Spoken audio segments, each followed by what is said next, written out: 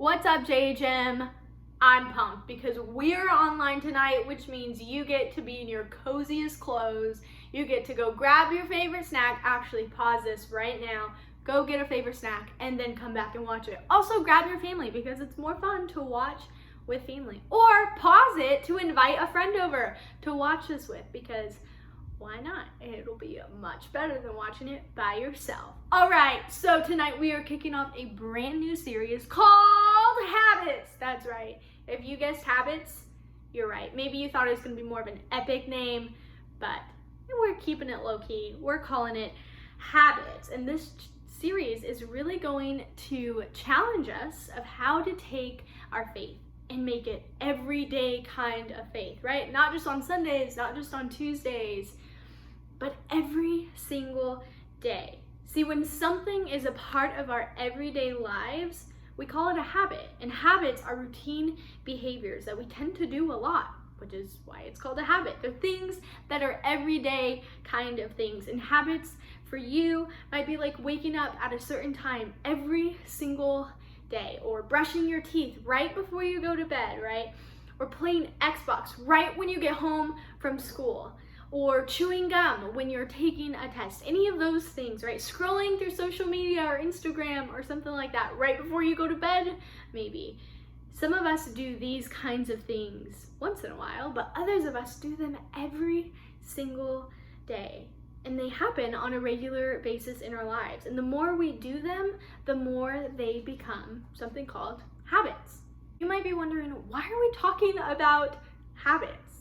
Well, we want to help you develop habits of faith every single day over the next few weeks. Habits that are going to help you get to know God more. Habits that are going to help you be connected with Him. And habits that will make God the center of your life and your relationship with Him a priority. It's an everyday kind of faith. Now, what does it look like to even connect with God, right? Well, if you think about it this way, when you connect with your best friend, you care about your best friend, you want your relationship with them to grow, you want to know all of the quirky, cool things about them, and you want them to know the same about you. So then you guys make an effort to do the things that will help you stay close and connected, right? Because you want that BFF, the best friend forever. You text or you call a lot, right? You're on the phone, you're hanging out together all weekend, all day long. You do things that both of you guys like to do. You make it a habit of staying close and connected to them. And the more you do it, the better your relationship is, the closer that you guys are. And the same is true for your relationship with God. If we want to know God better and keep growing in our faith, we have to make it a habit of doing things every single day that help us stay connected to Him. And I'm so excited for this because I remember at your age, I didn't know how to stay connected to God. I was like, this is kind of a hard thing. So I'm pumped to do this with you. I'm pumped to be doing these habits and maybe re-implementing some of these habits in my own life and leaders. It's going to be an awesome time. But maybe for you, you've been coming to church your whole life. Maybe you sing all the songs, you pray all the prayers, you read all the verses and all the books of the Bibles, and you feel like you're doing all of the right things. You're following the rules maybe, right? You think you're doing what God wants you to do, but somehow you feel like it's just still not working. It's not doing it for you. Ultimately, you just don't feel closer to God no matter what you do, no matter how many times you do those things. Or maybe you're completely new to all of this faith stuff. And even though I believe in God, right, I don't feel like He's changed my heart. I don't feel like He's made an impact in my life. I thought things were supposed to be different once I chose to follow Jesus for the first time, once I chose to believe in God, but I sort of kind of just feel the same, right? Am I doing it wrong? Because I really don't feel that connected to God, and everyone said I would, and God even says that He's close, but I don't feel these things, right? Or maybe for you, you have no idea what to even think about God.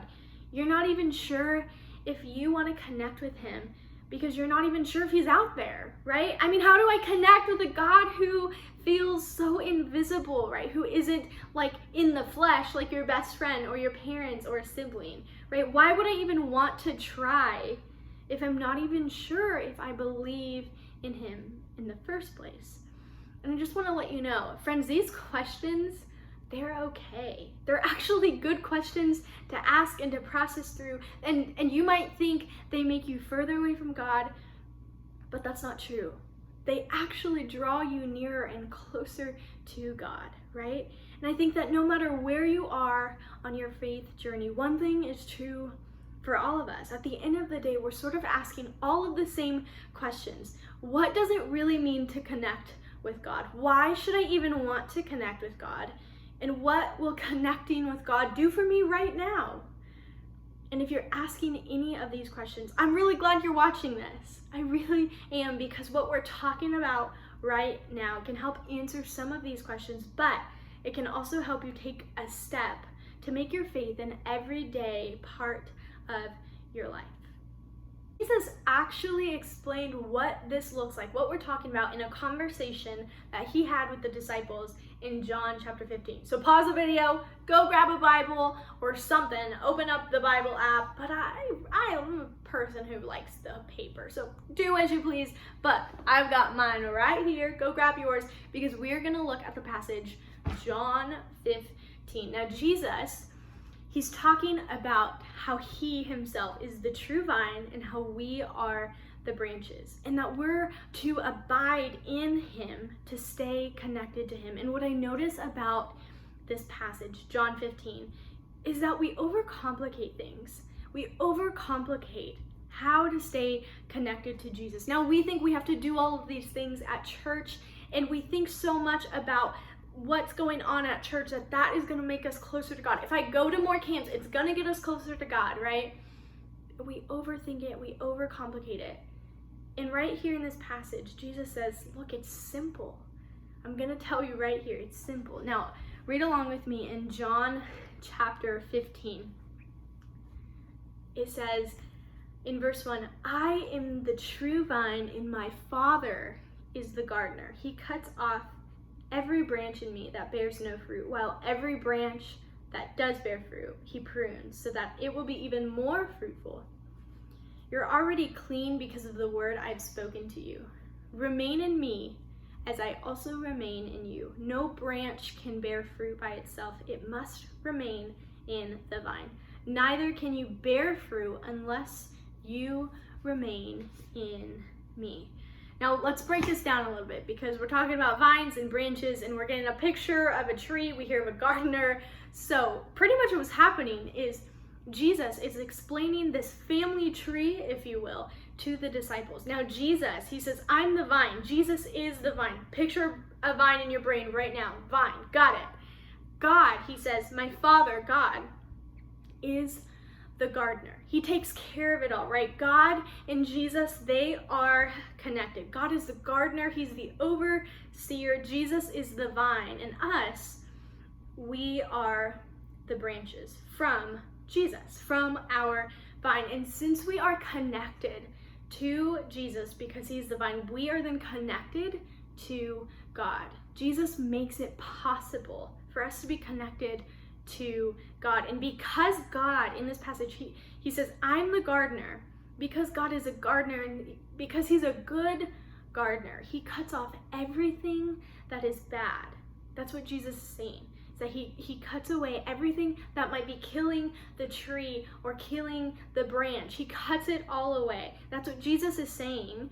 And then if we continue on in verse 5, he says it again, I am the vine, you are the branches. If you remain in me and I in you, you will bear much fruit. Apart from me, you can do nothing. If you do not remain in me, you are like a branch that is thrown away and withers. Such branches are picked up, thrown into the fire, and burned. If you remain in me and my words remain in you, ask whatever you wish and it will be done for you. This is to my Father's glory, that you bear much fruit, showing yourselves to be my disciples. Now, I imagine the disciples might have been like, okay, hold on, Jesus. Vines, branches, a garden. Like, why are we talking about a garden here? I'm a little bit confused. And you might be thinking the same thing right now. Why does Jesus keep calling himself the vine and me a branch? That kind of, I don't know if okay, you know what I mean? All of these thoughts might be so confusing. But remember what we said earlier. Jesus is the vine that connects us to God, the gardener. And while the branches, who are us, me and you, we depend on the vine completely. The vine is the foundation. It's the source of life. So in order to survive and thrive and bear the fruit that he's talking about, the branches, meaning us, have to stay connected to the vine, meaning Jesus. It has to stay connected to the source that gave it life. We have to stay connected to the source that gave us life. In Colossians 1:16, it says, "For in him all things were created, things in heaven and on earth, visible and invisible, whether thrones or powers or rulers or authorities, all things have been created through him and for him." All things, leaving nothing out. That means everything included is created by God. All things, including me and you. We are God's creation, and God is our creator. And so for creation to flow and to thrive and to bear this fruit that Jesus is talking about, we have to be connected to our creator. So what Jesus was saying in this passage was that if the disciples wanted to keep following him and keep growing in their faith, they had to find a way to stay connected to Jesus every single day. Think about it like this. You have a phone and it has a battery and it has a life, right? Because at some point the battery dies. I'm sure you've had that experience where you need your phone and it dies and it's not working as it should be. So what do you have to do? Well, you have to plug it in. You have to plug it in to the charger, the thing that gives this thing life. You have to plug it in and charge it so that it can work properly. And just like a branch needs to be connected to the vine to survive, a phone has to be plugged in to the charger in order for it to keep working. Basically, I'd like to think if Jesus was here today in our context, he might tell us, hey, listen, I'm the charger, you're the phone. In order for you to keep working, you got to be plugged into me. You got to be charging it. Or Jesus said it like this, remain in me. You have to remain in me. That's simply another way of saying that we have to stay connected to Jesus. Why? Because then we'll produce much fruit. Not a little bit of fruit, much fruit. See, in order for branches to grow and to flourish, they have to stay connected to the vine. And as soon as they're removed from the vine or taken apart from the vine, what happens? Well, they stop producing fruit the way that they were meant to be. They stop growing. They're dead. There's nothing to them. There's no life in them because they're not connected to the vine. And the same is true for us when it comes to our connection with God. And Jesus makes that possible for us. See, when Jesus died on the cross and rose from the dead, he took away that barrier between us and God, between me and God, and between you and God. He created a way for us to directly and personally be connected to God himself. And if we stay connected to him, then our lives will show it. Our relationships, our attitudes, our choices, our words, everything about us will be better when we are connected to God, when we're connected to our source of life, to the vine. If we stay close to him, then we will see the results in our lives, and we're going to learn so much about God in the process. See, connecting with God helps us know him better. Just like how our phones need to be connected to the source of power to keep it working and functioning right, we have to connect with God, and we have to keep growing in our faith. If we want to know more about God, and if we want our lives to show it, then we have to remain connected to him. Even in the hard times of life, we have to remain connected to our vine, because connecting with God helps us know him better. See, when we connect with him, we better understand his goodness, his love, his compassion, his grace, who God is as our Father, and we better know our plan that He has for our lives. So, how do we do this? How do we stay connected? How do we connect with Him? How do we talk to God? How do we listen for God? How do we worship God? How does worship connect us closer to God? We're going to talk about that in the next few weeks, but today I want to give you 2 things that you can start doing. The first one is to commit to God.